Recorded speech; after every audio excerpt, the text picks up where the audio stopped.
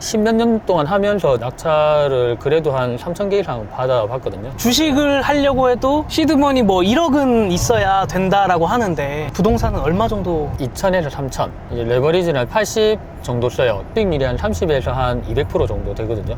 2천만 원 투자금으로 7천짜리를 얼마에 팔았냐. 1억 6천에 팔면 얼마 남아요? 9천원 남는 거죠. 5개를 받았잖아요. 4억 5천. 이게 이제 기술이죠. 반갑습니다. 경매 투자를 전업으로 하고 있는 MJ라고 하고요. 여기까지 어쩐 일로? 저희가 서울에 낙찰받은 물건들이 꽤 있거든요. 조사를 해야 될 물건들이 있어서 이렇게 도착을 하게 됐습니다. 처음으로 갈 곳이 어디예요? 경기도 고양이라는 곳인데 신축 빌라 4개를 한 달 전에 낙찰을 받았거든요. 이틀 만에 하나를 팔고 5일 만에 하나를 또 팔고 일주일 만에 하나를 팔고 한 달 만에 하나를 팔아서 이제 4개를 한 달 만에 다 팔았어요. 그걸 팔아서 나온 수익이 얼마냐면 6억입니다.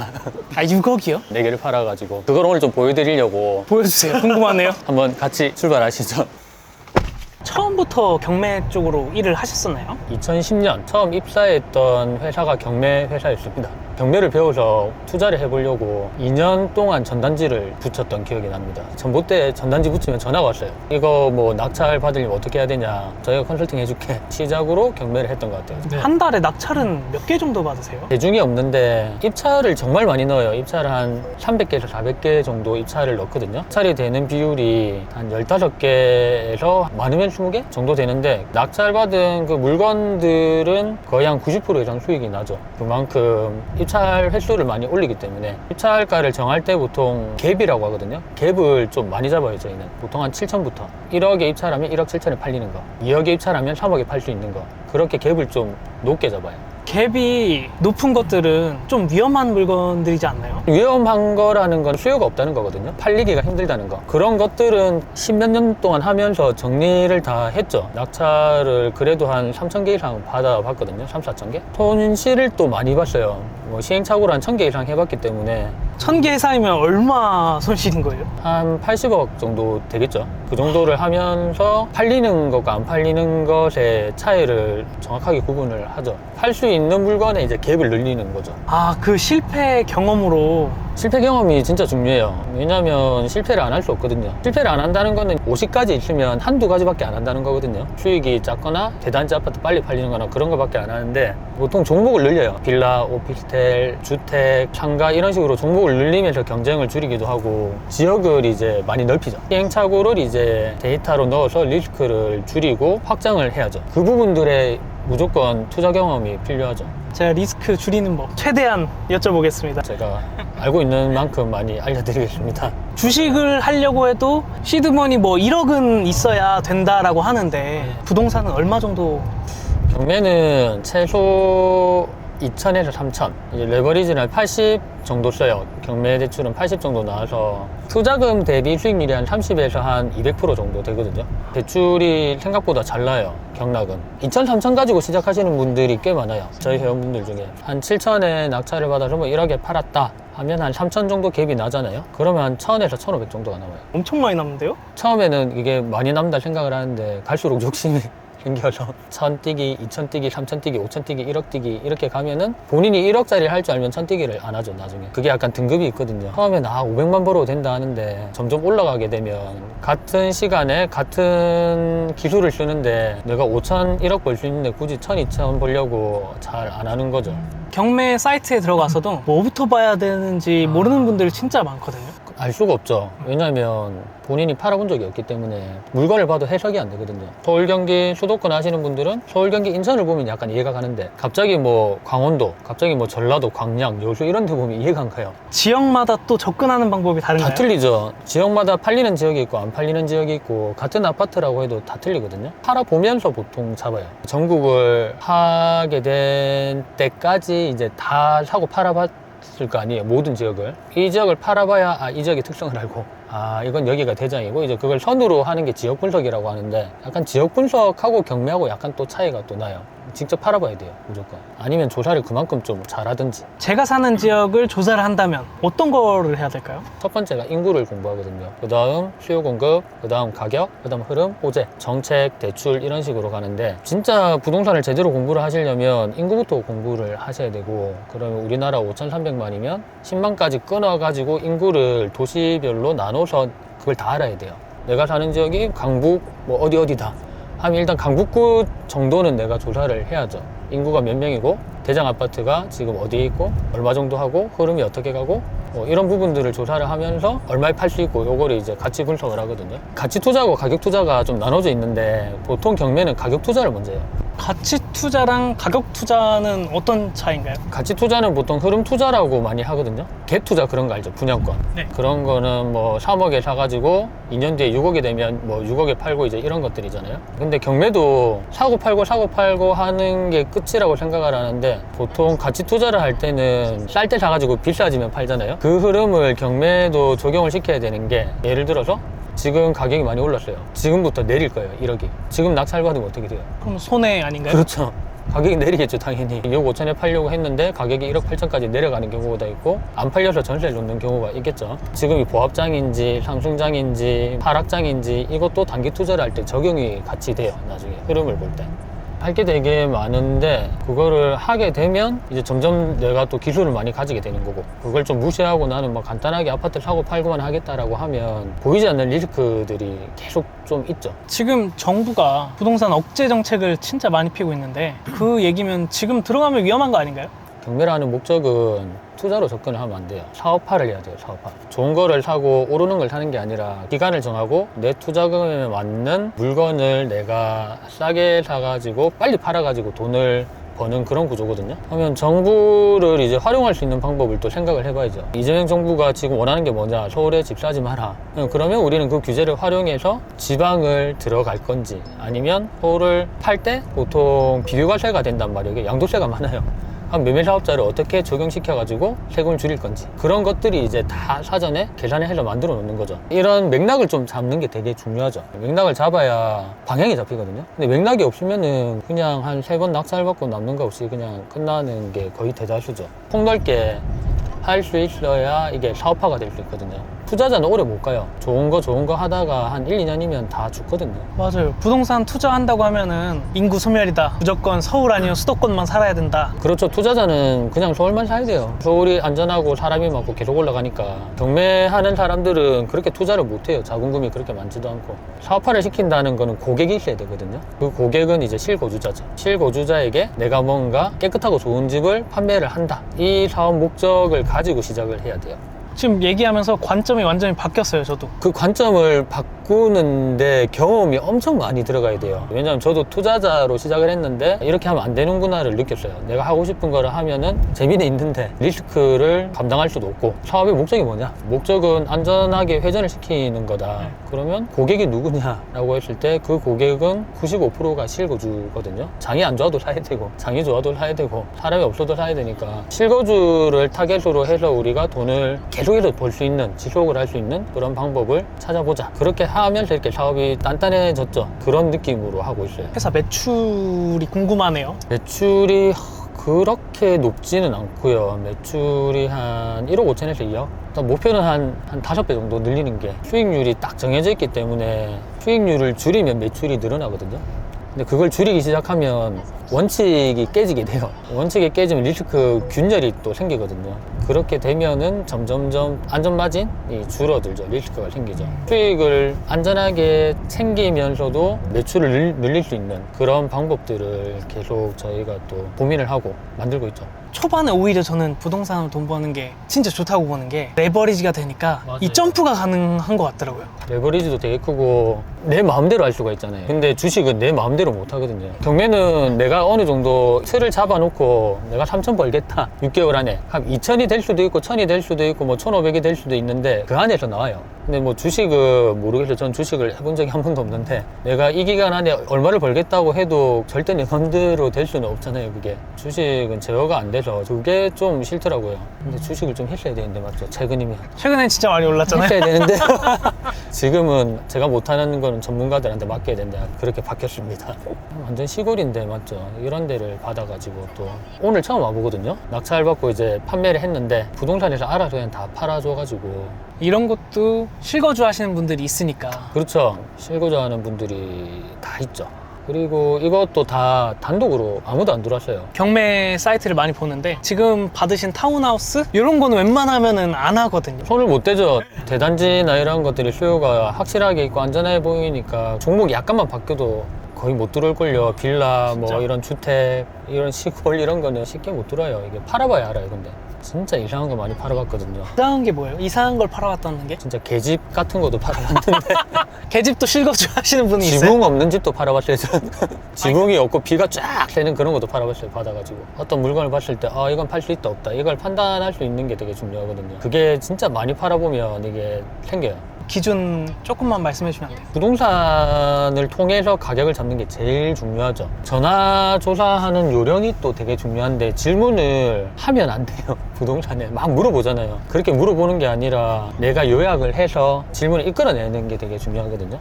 나는 이렇게 조사를 했고 지금 평수는 이렇고 지금 호가는 이렇게 나와 있고 금매가 이런데 나는 이 정도의 손님을 붙이고 싶은데 가능하겠냐 이렇게 답변을 해주는데 선생님 이거 몇 평이에요? 이거 얼마예요? 지금 뭐 어떻게 나와 있어요? 정리를 본인이 하고 이제 답을 3가지를 딱 정해놔요. 그 3가지 답에 맞게 질문을 해야 이끌어낼 수 있거든요. 그런 거를 잘 못해요. 투자를 처음 하시거나 아파트만 하시는 분들은 물어보면 바로 답이 나오잖아요. 얼마에 팔립니다. 근데 그렇게 안 나오는 물건들이 꽤 많거든요. 전체를 보면서 아 여기는 이 정도 수요가 있겠다, 이 정도 금액이면 팔리겠다 해서 그 금액대를 계속 던져보는 거죠. 그러면 한 10군데 정도 물어보면 7군데가 가능하다 하면 그대로 가도 되거든요. 정말 중요한 게 우리가 입찰가를 정할 때 정확한 매도가를 잡아야 되거든요. 그 매도가를 부동산 뭐 보통 한 10군데 정도를 잡았다. 뭐 6억 7천, 6억 8천, 7억 5천, 뭐 8억, 뭐 5억 5천 막 있잖아요. 그 정도 10군데 정도 잡으면 평균이 나와요. 그 평균가를 내가 다시 대입을 해가지고 잡으면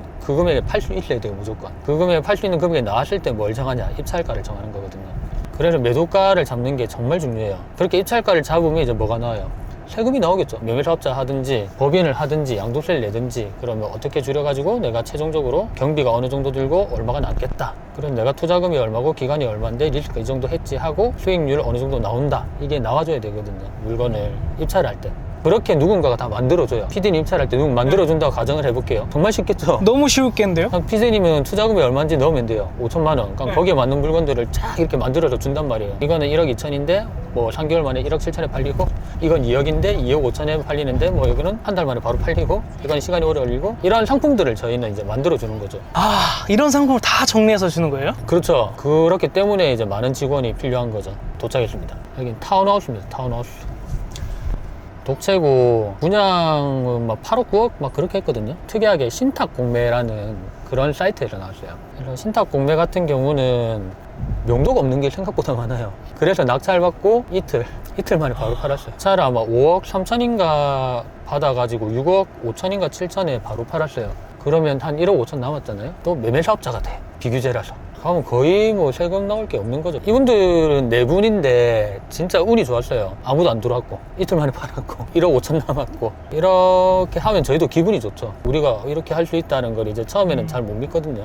근데 이걸 이제 만들어 드림으로써 진짜 가능하구나. 이게 타운하우스는 처음 들어와 보는데 이 주변엔 뭐가 없는 것 같은데요? 없어요. 없는데 수요가 생각보다 많아요. 여기 이 물건들 한번 볼 건데요. 간단하게 설명을 해드리면 공매 9억 8,900에 시작을 해서 5억 2,500까지 내려갔었거든요. 5개가. 보통 이런 것들을 이렇게 조사를 다 해가지고 6억 6천에 팔 수 있다, 6억 8천에 팔 수 있는데 대기 손님이 있다, 6억 8천에 팔 수 있다, 거래 잘 된다, 이런 거를 부동산 10군데 정도 조사를 해요. 그럼 이제 가격을 잡잖아요. 수요가 있고 가격이 잡히죠. 그렇게 하면은 이렇게 낙찰을 받아요. 5억 5,300 요거 하나 받았고 1,299만 원. 그 다음 이것도 5억 5,300 머지 하나 5억 3,200 요것도 한 명. 지금 이거 받으신 분들 이 4명이 다 컨설팅 받으신 맞아요. 컨설팅을 받으셔가지고 이분들이 1억 한 7천 정도 넣어서 1억 5천 정도 벌었죠. 한 달 만에. 한 달 만에요? 이렇게 계약서가 있잖아요. 5억 3천에 받은 거 6억 7천. 6억 7천에 팔았고 요건 좀 많이 받았어요. 6억 9천. 이건 1억 6천 남았죠. 그 다음 요거는 6억 8천. 요거 6억 9천. 5억 3천 6억 9천. 요 집이 요 집. 이 집이요? 이 집이 아마 일주일 만에 팔았을 거예요. 이거. 일주일 만에 팔아서 한 1억 5천 남겼죠. 다른 세상 사람들 얘기 같은데요? 근데 이게 제가 뭐 대단해서 이렇게 할 수 있는 게 아니라 저희는 한 10몇 년 동안 계속 이업을 하고 물건이 나왔을 때 계속 넣거든요. 이건 것 같아요. 쉬지 않고 계속 조사하고 계속 상품 만들고 계속 넣으니까 이제 기회가 왔을 때 준비가 돼 있잖아요. 그러니까 이제 이런 수익도 뭐 뭔가 열심히 하고 준비가 돼 있고 저 해볼게요 이런 사람들이 기회를 잡는 거지.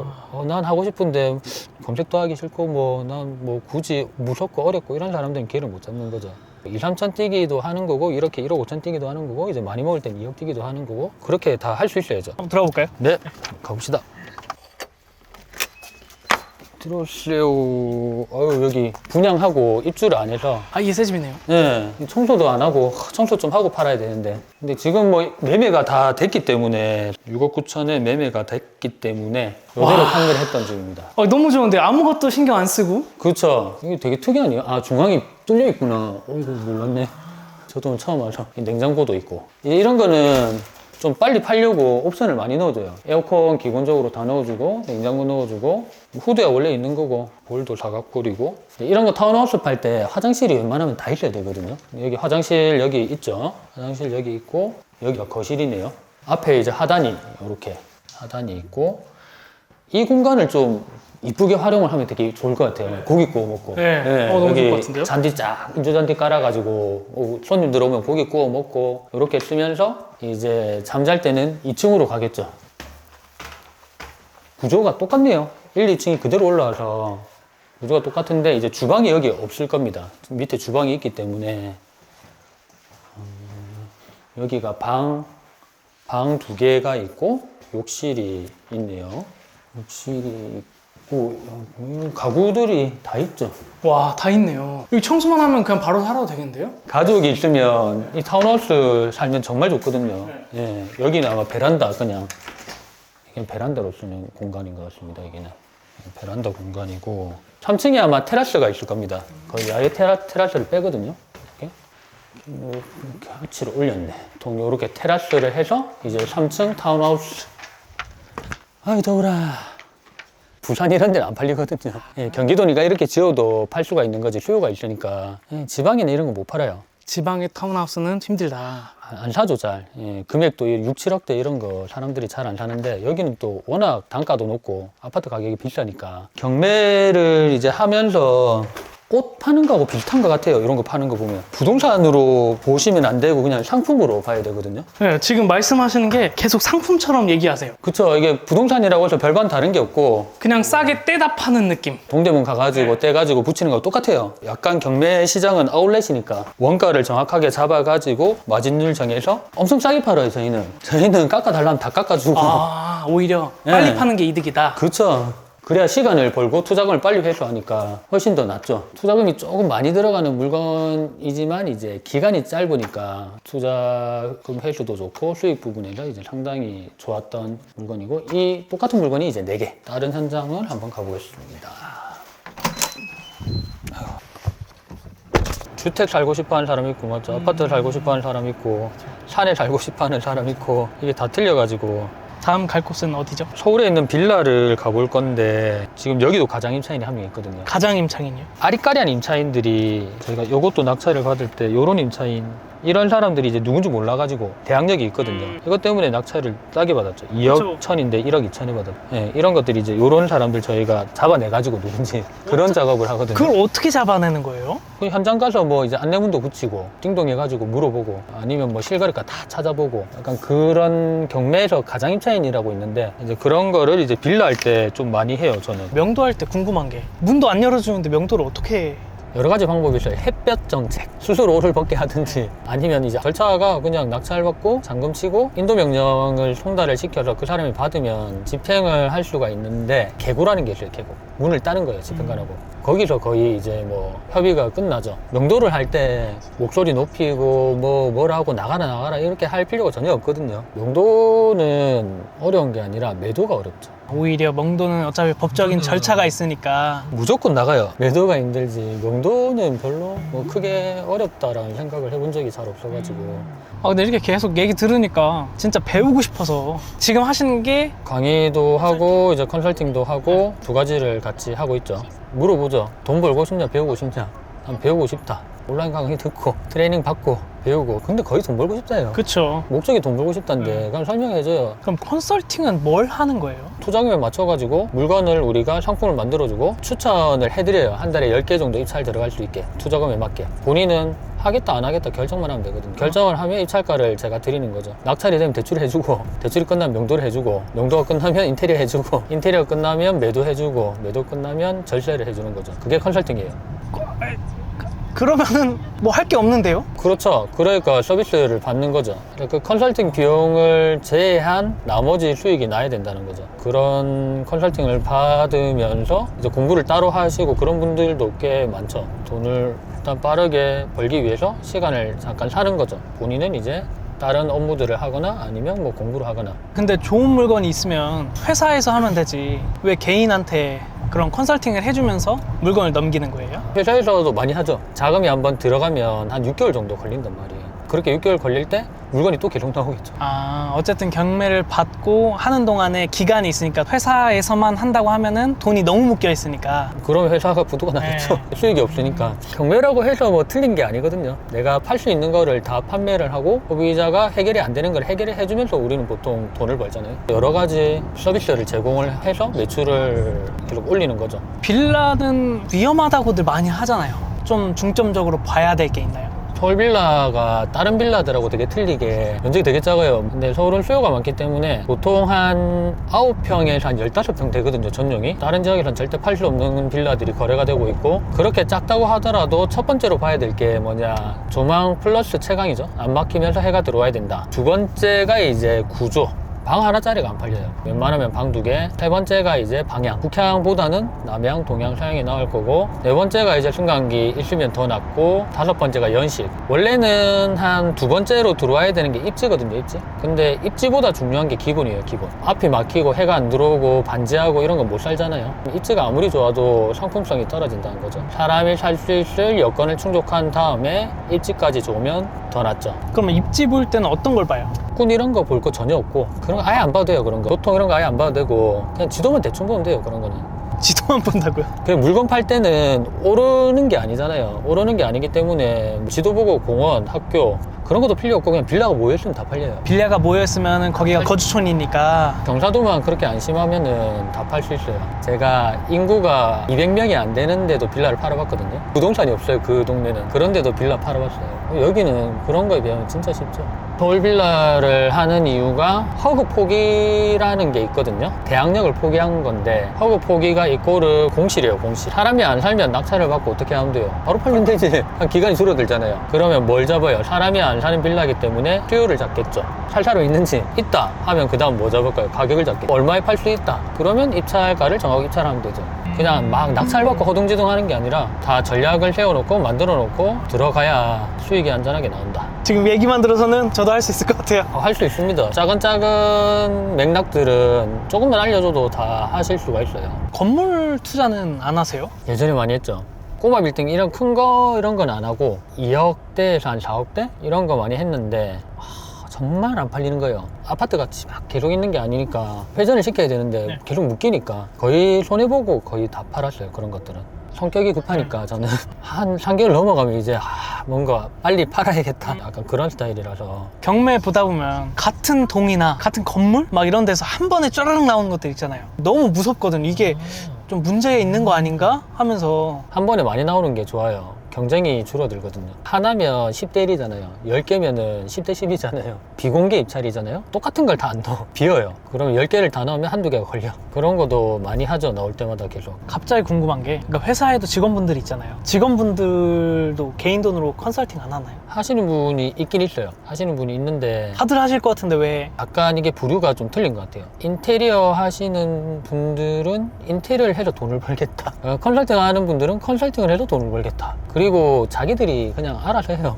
어깨너머로 본 게 그래도 얼만데 본인들이 그냥 알아서 입찰하고 본인들이 알아서 팔고 그냥 잘 해요. 그분들은 알아서 그냥 그분들끼리 하고 진짜 투자금이 좀 넉넉하게 있다 그런 분들이 한 번씩 그냥 여기 넣죠. 경매로 물건을 낙찰 받으면 대출이 잘 나온다고 하셨는데 개인적으로 주담대나 아니면 신용대출이 꽉 차 있는 분들도 잘 나오나요? 그분들은 지방 가야죠. 수도권은 LTV 뭐 다 보거든요. DSR 다 보기 때문에 신용 뭐 꽉 차 있으면 하기 힘든데 시골은 담보만 보거든요. 물건 담보 비율만 보기 때문에 신용 좀 차도 나와요. 지방은 보통 다주택, 주택이 꽉 차서 수도권을 못 하시는 분들이 지방 오면 할 수 있는데 요즘 지방 경쟁이 되게 많아요. 다주택자 전부 지방 내려오니까 근데 빌라는 잘 안 팔리지 않나요? 수요가? 갭을 많이 둬야 돼요. 아파트 같은 경우는 뭐 1억 5천에 팔리는 거 1억 2천에 받아도 되는데 빌라는 1억 5천에 팔리면 한 8천에 받아야 돼요. 8, 9천에.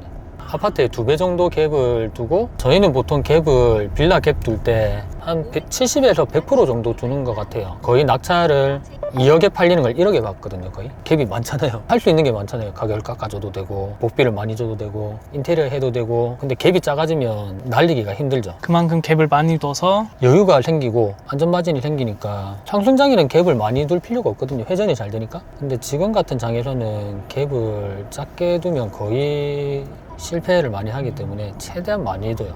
근데 아파트 갭하고 빌라 갭하고 또 틀려요. 많이 팔아보면 또 이게 잡혀요. 본인 원칙이 생겨가지고. 여기는 한 5분 만에 끝날 것 같아요. 사람이 없을 거거든요. 붙여놓고 올 거예요.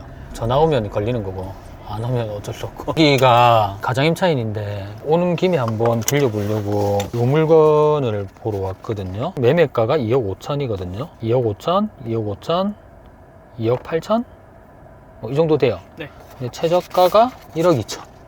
와 1억 3천을 버는 거예요. 1억 3천을 버는데 여기 유땡땡이라는 네. 임차인이 한 명 있어. 근데 이 사람이 진짜가 아닐 거거든요. 주택도시보증공사에서 대항력을 포기했어요. 그렇게 포기하면은 집이 비잖아요. 주인이 아까워서 한 명을 넣어. 그래서 이 사람이 대항력이 생겨요. 2023년에 광주 법원의 판례로 인해 가지고 대항력 있는 임차인 뒤에 들어온 임차인도 대항력을 주겠다 이렇게 해버렸거든요. 저희 같은 경우는 얘 때문에 돈을 버는 거죠. 대충 통밥 잡으면 아는데 그래도 와가지고 한번 만날 수 있으면 만나보는 거죠. 와 이건 진짜 그냥 경험이네요. 그래서 이걸로 돈 많이 벌었어요. 저희는 최근에도. 일단 한번 가보겠습니다.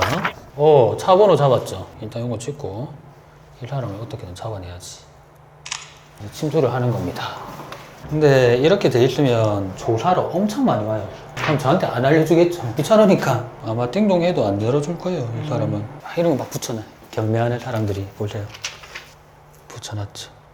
이거 우리가 보냈나? 저희 직원이 왔다 갔네요. 저희 직원이 왔다 갔어. 뭘 붙여놓는다는 게 그냥 네, 이렇게 해서 이제 낙찰 받았다고.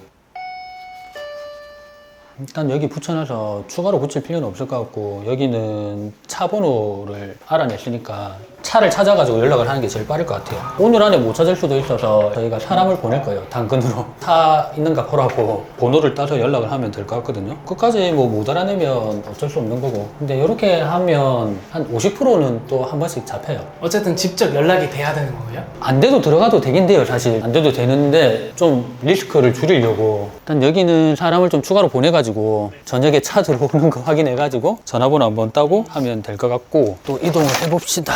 그럼 계속 지키고 있을 필요도 없네요. 당근으로 부를 수 있으면. 여기까지 왔다 갔다 할 수가 없으니까 당근으로 일단 사람 몇 번 보내면 잡을 수 있을 것 같은데요. 근데 이런 물건이 한 달에 20개씩 나오거든요. 사실 저희가 조사원이라고 하죠. 그런 분들도 있거든요. 그런 분들한테 계속 나올 때마다 부탁을 드려요. 그럼 인테리어 현장을 지금 가는 거죠, 이제? 네, 인테리어 할 때 이건 꼭 고쳐야 된다, 이런 건 안 고쳐도 된다 하는 게 있나요? 저희가 살라고 하는 게 아니잖아요.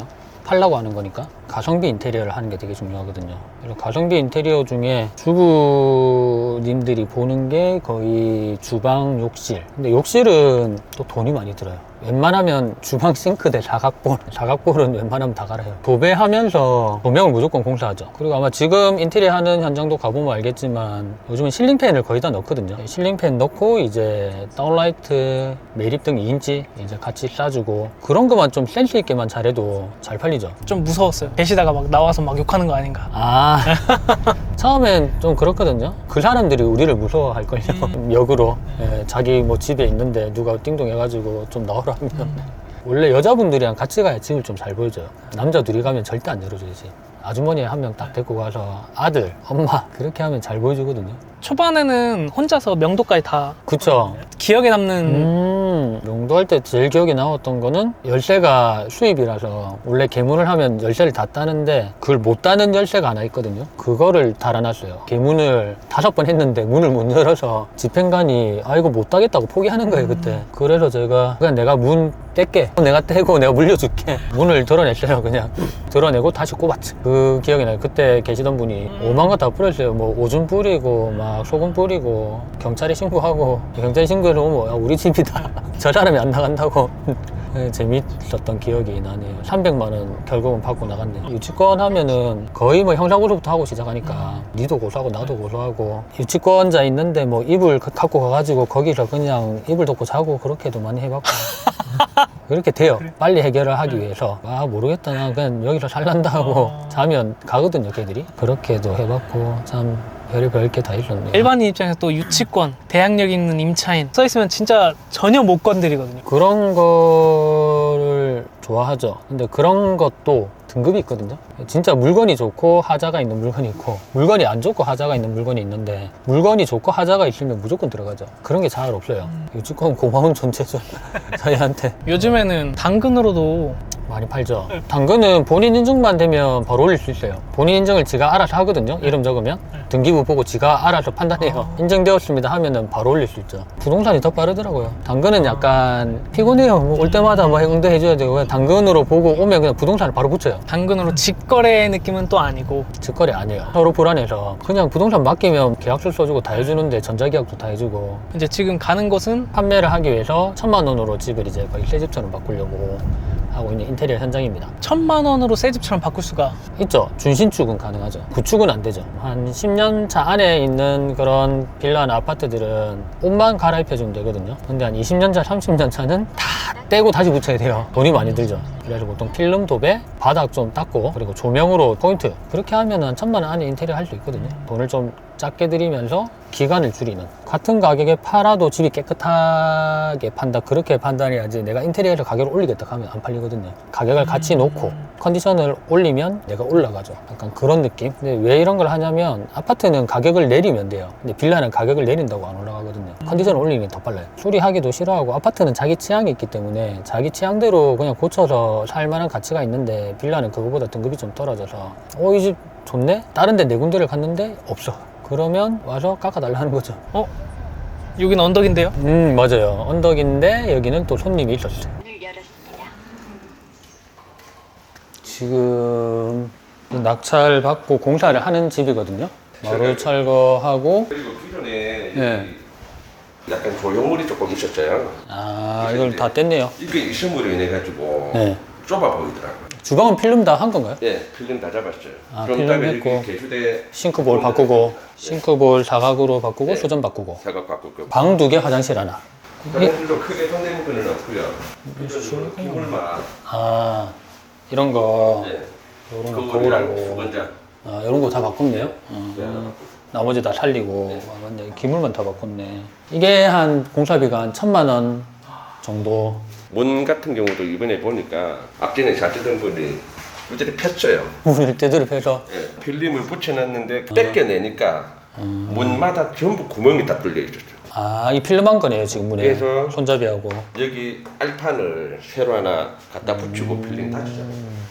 수익이 대략 한 1억 정도 나거든요. 1억 정도 나는데 이제 1000만 원 정도 공사금 들였으니까 수익이 한 1000만 원 줄은 거죠. 근데 1000만 원 줄어도 기간이 빨라지니까 디자인을 잡아주는 게 판매를 하기가 훨씬 더 쉬워요. 수요가 충분히 많기 때문에. 어쨌든 운전 조심하시고 네. 전 또 가보겠습니다. 고생하셨습니다. 네, 고생했습니다. 네. 우린 경매만 신경 쓰면 되는데 저기는 아까 뭐 작은 뭐 파인 거, 흠집 이런 것까지 다 잡아서 저렇게 해주시니까 이게 완성이 되는 것 같아요, 진짜. 생각보다 상태가 좋긴 한데요? 맞아요. 약간 준신축이라서. 근데 이런 거는 공사에도 약간 부담이 좀 없으니까 거의 이런 것들을 많이 받아요. 예전에는 진짜 완전 막 썩어 빠진 거 받아갖고 했는데 돈도 많이 들고 가격도 올려야 되고. 이제 다음 갈 곳은 어디죠? 경기도 광주에 있는 전원주택 낙찰받은 물건을 보러 갈 건데요. 감정가가 10억이었는데 2억 7천에 받았거든요. 신축이고 거기는 명도를 하고 있어요. 아직 사람이 안 나오고 있어요. 거기 계신 분이 사실 대항력도 있고 유치권도 신고를 했거든요. 거기 명도를 하고 있는 과정인데 그냥 밖에서 한번 보여드리려고 2억 7천에 받았고 매매가는 5억 5천 정도. 대항력이 있는데 두 분이 법원에서 조사할 때 본인이 매수자라고 했거든요. 매수자는 대항력이 없잖아요. 네. 임차인이 대항력이 네. 있는 거지. 그걸 이제 설득을 해서 인도 명령도 빨리 받고 유치권도 1,000만 원밖에 안 넣었어요. 약간 보이잖아요. 유치권도 저희가 네. 보면 그 두 개 때문에 못 들어왔을 것도 같은데 다음 일이 사용 승인을 안 받았어요. 건축사 통해 가지고 지금 사용 승인을 받고 있거든요. 저희가 와 근데 뭐가 많았는데요? 네, 일본 거는 무허가 유치권 대항력 임차인 아무도 못 들어온 거죠. 네. 한 명 들어왔어요. 유치권자가 2억 5천에 들어왔는데 우리가 2억 7천 들어오니까 자기도 짜증나는 거죠. 왜 들어오냐고 다 만들어놨는데 미안하죠. 이제 그런 분들한테는. 주변에 뭐가 없는데 근데 이 정도면 괜찮아요. 경기도 광주가 싸요. 여기가 성남 쪽에 가까워서 또 수요가 많아요. 안으로 들어가면 또 안 팔려요. 오 근데 멋있긴 하다. 멋있죠. 멋있는데요? 이런데 이제 딱 사는 거예요. 근데 이거 얼마나 이게 6억밖에 안 하면 아파트 저기 가도 다 10억인데 와. 여기 6억 주고 그냥 자기 사는 거예요. 여긴 진짜 멋있긴 하네요. 멋있네요. 여기 이런 주택들 우와. 이런 게 전부 한 7억 8억 하는 거예요. 분양가는 10억. 경기도 광주시에 있는 주택이고 감정가는 정확하게 10억 4천이었고요. 최저가가 2억 4,900까지 떨어졌고 낙찰을 2억 7,800. 얼마 한 달도 안 됐죠. 6월 15일에 낙찰을 받았거든요. 저희가 조사를 했을 때는 5억 5천 정도 매매가 가능하다라고 판단을 했었고 여기 계시는 분이 유치권 신고를 하고 대항력이 있어서 아무도 입찰을 못했어요. 그분이 이제 작업을 다 해놨는데 일반인 들어오지 말라고 해놨는데 이제 그걸 비집고 들어간 거죠. 그런 주택입니다. 외관 한번 보시고 아이고 주변에 보면 다 이런 주택들 신축 주택들이거든요. 이게 비싸서 분양이 잘 안 됐어요. 이제 10억씩 이렇게 했으니까 분양가 9억에서 10억이니까 분양 받은 데는 또 받고. 그래서 최근에 이제 거래가 된 게 5억에서 6억대인데 이 주택이거든요. 관리가 꽤 잘 됐어요. 하단도 관리가 되게 잘 되고. 와 너무 멋있는데요? 이게 2억 7천 말이 돼요. 이 주택 2억 7천. 와 너무 좋은데요? 뭐 위에 아파트 아무거나 사도 5억 6억 해도 못 사는데 2억 7천 말이 안 되지 않아요? 빌라도 3억 넘는데.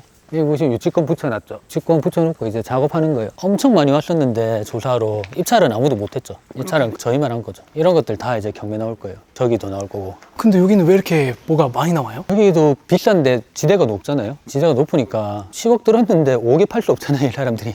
경매로 이제 날리는 거죠. 이런 거 나오면 이제 다 받아야죠. 다 받아서 이제 깔끔하게 이게 다 돈이네요. 인테리어 딱 해가지고 팔면 되죠. 이런 것들 다. 지금 명도 중인데 이분이 본인한테 팔아라. 이제 딜이 왔어요. 딜이 왔는데 일단 금액이 맞으면 뭐 팔 거고 아니면 그냥 저희가 정상적으로 한 5억 5천 정도 매매를 하려고 낙찰을 받은 그런 물건입니다. 요 주택. 대표님한테는 여기는 진짜 그냥 노다지네요. 그렇죠. 저는 팔 수 있으니까 이런 집은 너무 좋거든요. 진짜 지붕이 없는 집을 팔아왔기 때문에 정말 깔끔하게 바로 팔 수 있습니다. 지금까지 물건들 구경 잘 했는데 한번 알려주실 수 있나요? 카페에 가서 설명을 다시 한번 드리겠습니다. 지금 이거는 어떤 물건이에요? 기억에 남는 것들 중에 이제 이 물건이 낙찰을 받고 좀 빨리 팔았던 물건이거든요. 빨리 팔면 얼마나 빨리? 보통 경매로 낙찰받고 빨리 팔면 뭐 몇 개월이라고 생각을 하시는데 이거는 10분 만에 팔았어요. 옷보다 더 빨리 팔죠. 부동산을 어떻게 10분 만에 팔아요? 공매 물건이었는데 수탁 자산 공매라고 정확하게 하는데 지자체 공매 물건이라고 공실이었고 보통 이런 공실은 명도가 필요 없으니까 낙찰받기 전에 미리 손님을 잡아놓고 가격을 정해놓고 보통 들어가죠. 그래서 제가 이 물건을 부동산에 전화를 했을 때 뭐 이렇게 집도 볼 수 있거든요. 소장님이 뭐라고 했냐면 얼마 만에 팔 수 있습니까? 라고 했을 때 소장님이 정확하게 10분이라고 했어요. 저한테. 대기자가 10명이다. 그래서 뭐 그럼 제가 낙찰 받고 바로 연락 드릴게요 해서 낙찰 받고 연락 드렸는데 2억 500에 받아서 2억 2,500에 팔았거든요. 정확하게. 근데 이때는 복등기가 또 됐어요. 보증금만 넣고 잔금은 매수자가 치는 거. 2,000을 넣고 10분 만에 1,000만 원을 벌었었죠. 이때는 이렇게 10분 만에 1,000만 원 버는 거죠. 입찰 제일 많이 넣었던 게 한 번에 뭐 150개. 하나 걸리면 1,000에서 1,500 남으니까 그런 기억이 좀 나고요. 또 기억에 남는 게 불난 집. 화재난 건 고칠 게 많아서 받기 힘들지 않나요? 맞아요. 근데 불이 인테리어를 하는 데 있어가지고 어느 정도 영향을 주냐라는 건데 보통 오래된 빌라 낙찰받아서 인테리어 하면 똑같아요. 다 뜯어내고 다 걷어내고 다시 해야 되거든요. 불이 나면 시꺼먼데 그냥 닦으면 되거든요. 그만큼 싸게 받으면 되긴데요. 2억 천에서 누가 1억 3천에 낙찰을 받았었어요. 포기했죠. 근데 불허가를 해가지고 보증금을 반환받았고 다시 6천까지 떨어져서 6,800에 2억짜리를 낙찰을 받았고 화재가 났다라고 이제 표시가 돼 있었고 입찰하기 전에 너무 심각한데요? 근데 그렇게 심각한 건 아니에요. 이게 보면 천장이 살아있거든요. 몰딩이나 이런 것들이 천장이 막 다 탄 게 아니고 밑에만 떴어요. 그래서 이 정도면은 전 다루기 살려가지고 석고 떼고 합판 좀 떼고 다시 붙이면 추가로 드는 비용이 크게 없겠더라고요. 미리 가격을 잡아놓고 가격이 한 2억대 했어요. 근데 6천을 받았잖아요. 수리를 하고 2억대에 파는 거죠. 수리하는 데는 얼마 들었어요? 5천만 원 들었죠. 청소하는 게 한 800 들었어요. 방통면수 물청소 해가지고 다 깨끗하게 이런 거 전부 다 닦아가지고 냄새를 없앤 다음에 수리를 했고 인명사고가 있으면 못 팔거든요. 팔기 힘들어요. 근데 인명사고가 없었어요. 여기는 소문이 좀 돌아서 그런 건가요? 팔면 되긴 되는데 근데 좀 시간이 걸리죠. 그러면 요렇게 완전 딴지같이 만들었죠. 요렇게 완전 그 집에 대한 걸 완전 없애버린 거죠. 이렇게 너무 재밌잖아요. 네.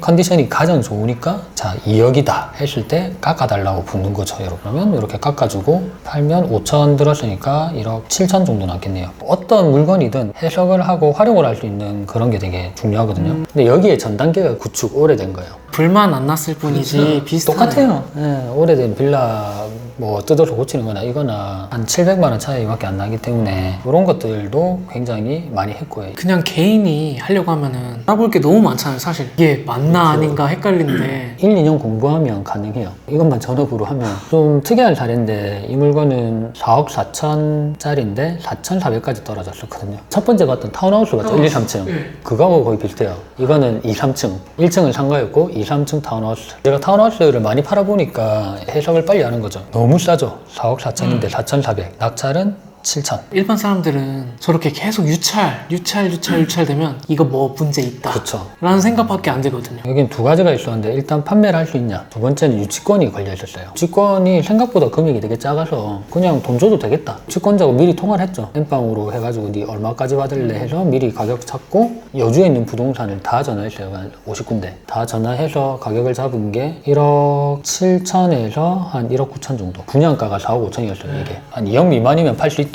그렇게 일단 잡아놓고 7천에 이렇게 5개를 받는 거죠. 대출을 5,600을 받고 그러면 내 돈이 1,500 들어갔죠. 주권자 500 줬거든요. 그럼 2,000 들어갔죠. 2천만 원 투자금으로 7천짜리를 얼마에 팔았냐. 아, 좋은데요? 좋죠. 분양할 때 부동산에서 끝낸 다 팔아줬어요. 1억 6천에. 그러면 7천에 받아서 1억 6천에 팔면 얼마 남아요? 9천. 2천을 넣어서 9천은 남는 거죠. 5개를 받았잖아요. 4억 5천. 이게 이제 기술이죠. 와, 몇 %예요 이게? 400% 정도 되죠. 진짜 소액으로도 가능하나요? 가능하죠. 근데 종목을 어느 정도 내가 다 다룰 수 있어야 되고 지역도 한정 두면 안 되고 약간 아울렛에서 옷 사는 거 똑같아요. 창고가 이렇게 큰 게 있으면 옷이 막 깔려 있잖아요. 거기 가가지고 이제 디비는 거야. 그 중에 이제 이거 팔 수 있겠다 하면 그걸 이제 사가지고 파는 거죠. 하루아침에 안 될 것 같아요. 하루에 몇 시간을 생각하고 몇만 가지 연구를 하고 경험을 하고 고생을 하면 단단하게 막 쌓이겠죠. 그게 이제 기술이 돼서 준비가 돼 있으면 기회가 왔을 때 바로바로 쓸 수 있는 거죠. 경매라는 사업이 쉽지만은 않은데 진짜 열심히 했을 때 충분히 가능하다라고 말씀을 드리고 싶습니다. 카페에서 보니까 공부할 게 너무 많은데요? 근데 또 하다 보면 금방 돼요.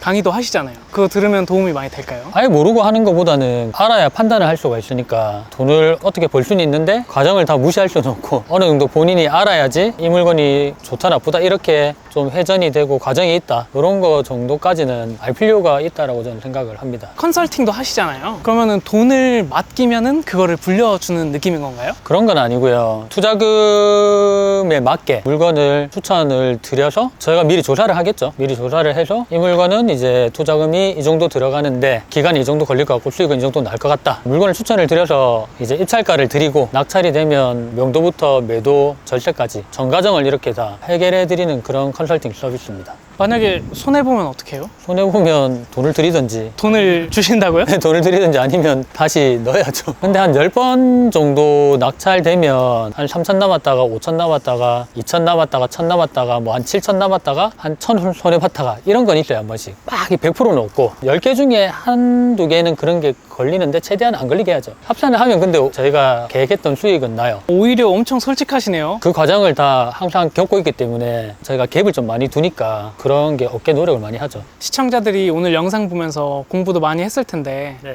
좀 부족하다 하신 분들도 많을 것 같거든요. 그렇죠. 이게 뭐 이거 보고 뭐 다 따라할 수는 없으니까 그런 분들한테 또 저희가 도움을 드리고자 7월 15일 저녁에 무료 강의를 1시간, 2시간 정도 하거든요. 올 하반기 이제 정책에 맞춰가지고 어떻게 투자를 하는지, 대출이 나오는지, 명의를 어떻게 쓰는지 이런 거 좀 알려드리고 또 궁금하신 거 질문 다 올려주시면 제가 다 답변을 드릴 거라서 PD님 링크만 좀 올려주시면 네. 그때 제가 좀 속 시원하게 또 설명을 한번 드릴 수 있는 아. 시간을 가져보도록 하겠습니다. 제가 그럼 고정 댓글에 링크랑 다 남겨놓을게요. 아유, 감사합니다. 저도 들어가서 공부하겠습니다. 네. PD님 꼭 남겨주십시오, 이름을. 마지막으로 경매에 관심만 있는데 용기가 안 나서 잘 못하시는 분들한테 한마디 부탁드리겠습니다. 경매는 안전하다라고 이제 판단이 된 투자거든요. 사실 시간이 오래 걸려요. 이게 결과가 나오기까지. 어느 정도 경험을 해보고 이 정도 했을 때 경매 전업을 할 게 아니면 진짜 잘하는 투자자한테 시간을 사는 게 맞다라고 생각을 하거든요. 근데 아까 강의를 듣고 책을 봐야 되는 이유를 말씀을 드렸던 게 본인이 판단할 수 있어야 된다라는 거죠. 그리고 뭐 지금 계속 조금씩 경매 투자를 하고 계신 분들도 실수를 많이 해야 돼요. 실수를 해야지 늘거든요. 본인이 이번에 뭐 이거 안 남았다, 이거 안 팔렸다, 이게 당연한 거예요. 한 40% 정도 실수를 해요, 무조건. 10개 하면 3, 4개는 못 팔거든요, 잘. 내가 진짜 전업을 하겠다 하면은 실수를 경험이라 생각하고 경험이 돈이에요. 그래서 본인만의 이제 사업이니까 사업체를 좀 단단하게 꾸려가시고, 직장인 분들은 그렇게 하시면 안 돼요. 본인 시간이 더 아까워요. 본인 시간 아끼시고 그냥 활용을 하시는 게 훨씬 더 유리하다라고 저는 생각을 합니다. 좋은 말씀 감사합니다. 저도 오늘 너무 즐거운 시간이었습니다. 감사합니다. 영상이 재밌었다면 구독 버튼과 좋아요를 눌러주세요. 영상 제작에 큰 힘이 됩니다.